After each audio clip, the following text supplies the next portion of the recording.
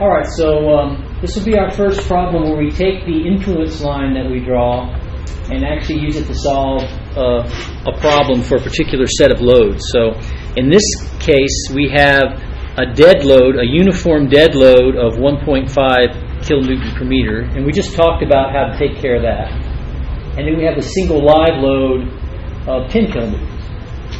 So the problem says, what's the maximum negative moment created by these load combinations at A?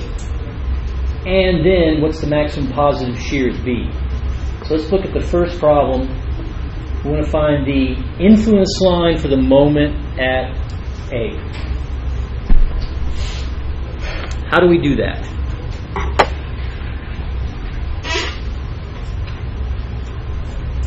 Well, let me first come over here and draw the structure. And let's separate it here at B.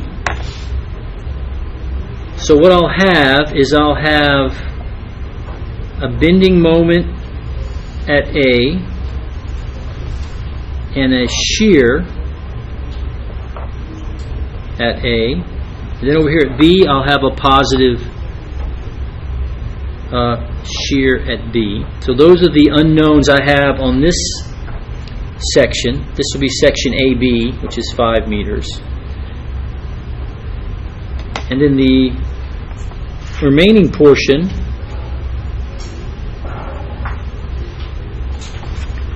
I put feet, but it's actually meters. And this is 10 meters.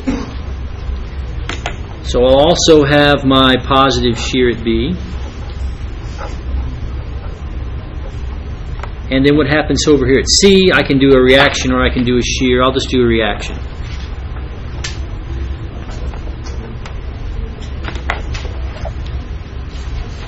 So you can see, by separating it this way, you can see how we can handle the statics. So I have 3 unknowns on this body and only 2 here, and I have to deal with my unit load moving through each one of them. So let's keep these 2 free bodies in mind as we solve the problem. So since I want the moment at A, well, to find the moment at A, what am I going to do? I'm going to sum moments at A, so I'm going to need the shear at B. So I'm really going to get the second part of the problem while I'm doing that too. So how do you want to do it? Let's do the shear at B first. So I think this is the easiest side to work for the shear at B, because I can sum moments at C, right, and solve for the shear at B. And I'll have 2 cases. The first case is where the unit load is somewhere between 0 and 5 meters. And then the second case is where it's between 5 and 15. You see that? So let's do the shear first. So I'll do the shear at B. And I'll look at the first case, which is when the unit load is between 0 and 5. I'm working the right-hand side. So when I draw my free body diagram, and I'm worried about, not worried, here's CY, here's the shear at B. Now the unit load is operating here. It's not on this body. So what's the shear at B? Well, if you quickly sum moments about C and set it equal to 0, I forgot this is 10 meters. So the only thing I have is the negative moment created by the shear at B times a moment arm of 10 meters. Which basically says the shear at B is 0.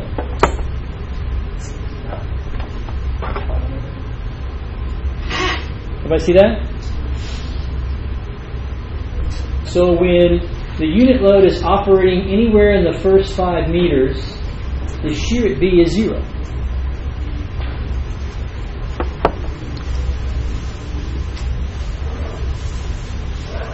Now the next case is where the unit load is between 5 and 15. So I have the same structure.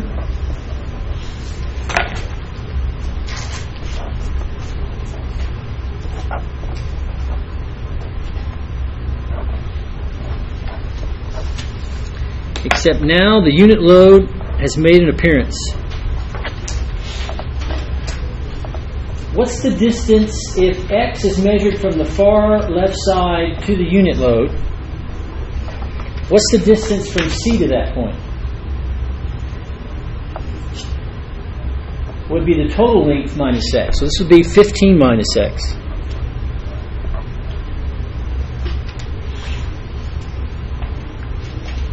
You guys see that? And I do the same thing. I sum moments about C and put it in equilibrium. So about C I have the moment created by 1, which is positive, with a distance of 15 minus X. That accounts for this. And then I have the shear at B creating negative moment, has a moment arm of 10. So in this case, the shear at B is going to be 15 minus X over 10.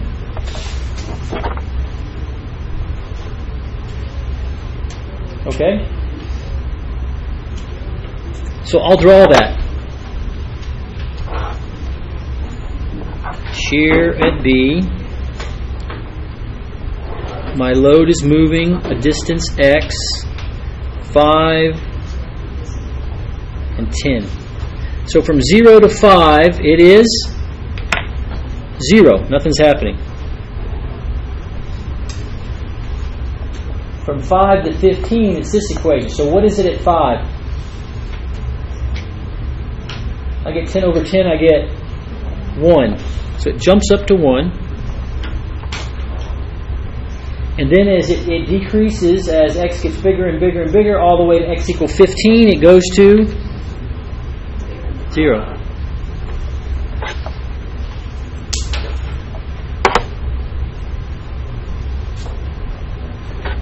You might want to notice again, too, that there's my change in shear equal to 1.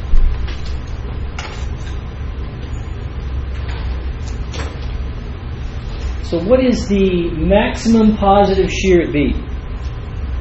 Where would you put the unit load to create the maximum positive shear? Well, first thing to notice is the whole area is positive, so you're going to get nothing but positive shear. So the max shear is going to have two components. The first component is going to be from the concentrated force.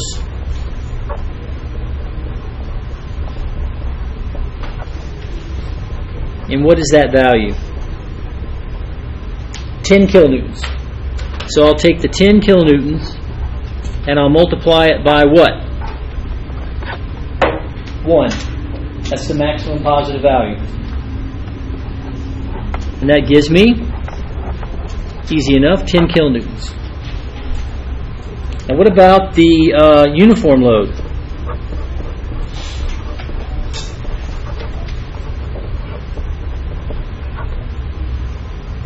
Well, since it's a dead load, it has to extend over the whole structure. So it would be the whole area of this curve. What's the area of this curve? Well, it's a triangle, right? And it's going to be 1/2 base times height. So I'm going to have 1/2. The base is 10 meters times the height, which is 1. So that's the area under the curve. And then I multiply it times W, the intensity, which is 1.5 kilonewtons per meter. You can see the meters cancel, and you're going to be just left with kilonewtons. I don't know what that is. That's 7.5? That look about right? So that's 7.5 kilonewtons. And you're going to add those two together. So the total is going to be 17.5 kilonewtons. So that's the max shear. So this would be the shear at B max.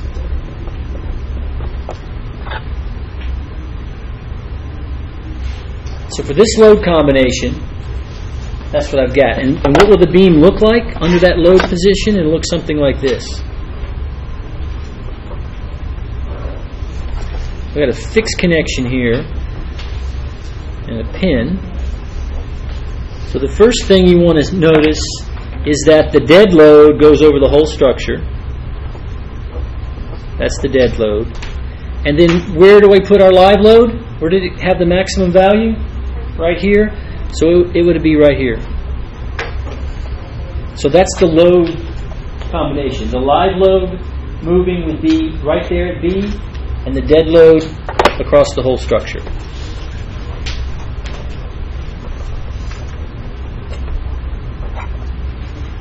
So that's the worst combination, or that's the combination that create the biggest influence on the shear at B. Now why do we care about the shear at B? It looks like it's a splice, so the actual design of that splice is going to be pretty critical to shear. Now you've just found what you need to design that splice to handle for this load combination. Okay? I need to get another piece of paper lined up, because now we've got to take all this information and look at the moment at A. Now, to do the moment at A, we're probably going to work with this free body, and we already have By. I'm sorry, the shear at B for those two cases. So we can just apply that. So let me kind of lay this over like that.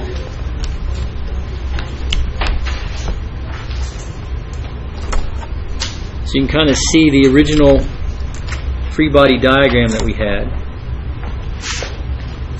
We're going to do the same thing we did for the shear at B. We're going to look at this free body diagram. We're going to look at two cases. So for the moment at A, that's what we're looking for now. We're going to start with first the structure,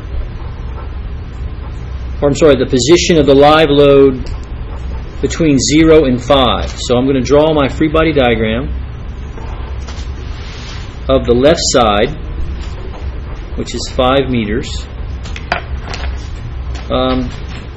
There's my moment at A, positive. There's my positive shear at A. There's my positive shear at B. And then I'm going to have my unit load someplace between 0 and 5. So we'll measure from the left X. So from the cut at B back to the load would be the length minus X.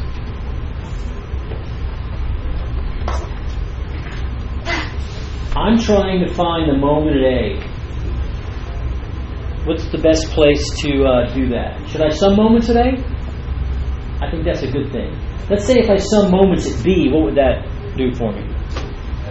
Well, I'd have to find a shear at A.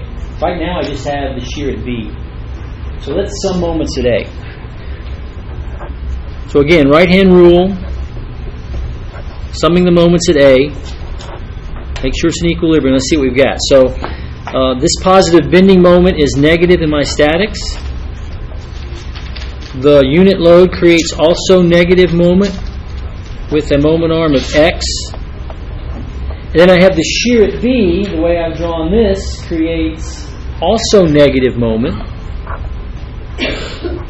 times a moment arm of 5. Now one thing you'll notice is what is the shear at B for the unit load moving around in that same position. Well, if we flip back, you'll see that it's, where is it? It's down here. Where did it go? It's 0, right? Got lost there for a second. So we know that in this particular case, this is 0. So when I solve for the moment at A, what do I get? I just get minus X.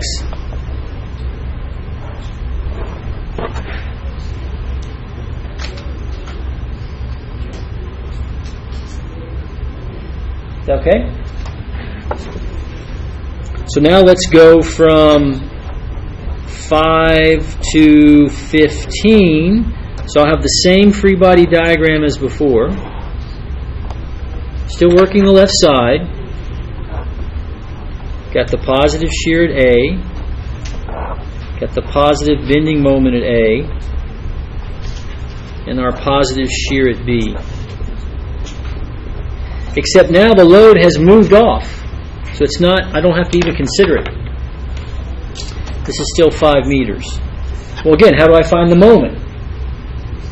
I suggest the same way. So we'll sum moments at A again.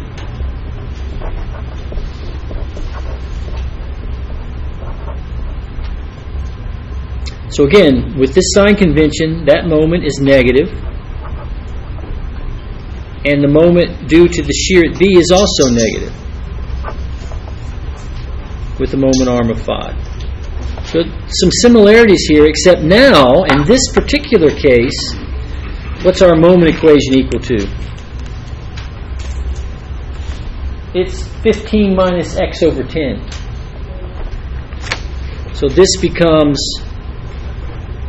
15 minus x over 10. So now the moment at A will be negative that times 5. The 5 will make that numerator just a half, right? So I'll end up with minus 15 minus x divided by 2. Is that right?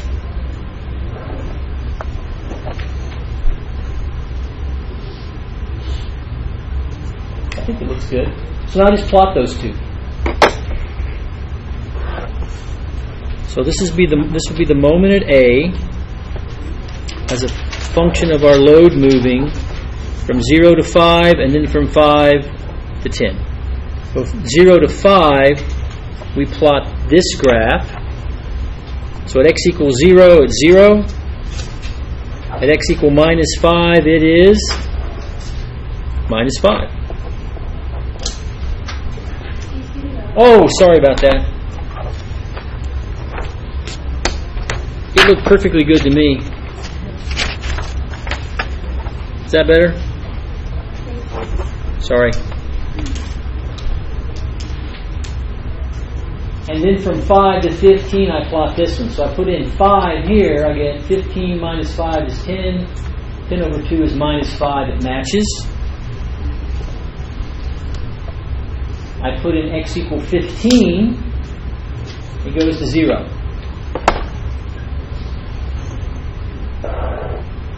So there's my influence line for the moment at A. And that's at 5 meters and 15. In this case, you'll notice that the influence is all negative area. So I will have nothing but negative moment at A for this particular load. So how do I figure that out? So what is my max moment? Well, let's first do the concentrated force.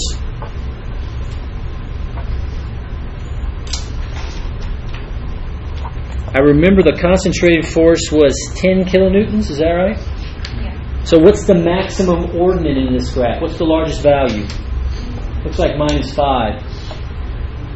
Oh, I forgot to tell you too that the units of this graph is meters. So I'm going to have 10 kilonewtons times the largest value, which is minus 5 meters. So that gives me negative 50 kilonewton meters. So that's the moment, that's the maximum moment at A when my unit load is at 5 meters. And what about the uniform load? You might remember from our previous part for shear that the dead load extends the entire beam, so I just need to find the area under this curve. So I'll have my W value, which is 1.5 kilonewton meters, times the area under the curve, which is 1/2. The base of this triangle is 15 meters.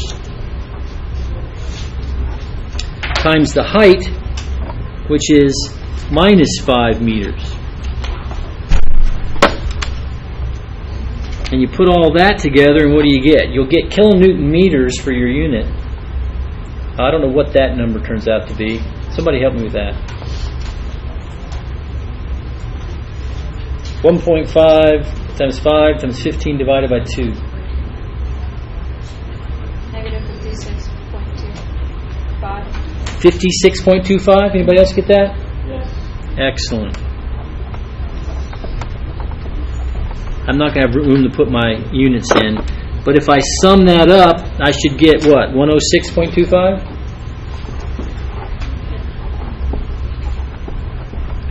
And that should be kilonewton meters. So that should be the moment at A, and this is the max value. It should be negative too. So we just found the maximum moment for this. And again, the structure looks something like this. So it starts off with a fixed connection at A, a hinge at B, and then a roller out here at C. And again, it's a dead load, so we don't have any really control over it. So the dead load extends the entire length of the structure. But we do control where the live load is, and we've chosen, because it's the maximum value, right there. So the live load would be right there. So it's the same configuration as the previous problem. And that creates the maximum moment at A. Whereas on the previous problem, that configuration created the maximum shear at B. I think that's coincidental for this problem. That's not a pattern that you should try to decipher. Okay. That's it.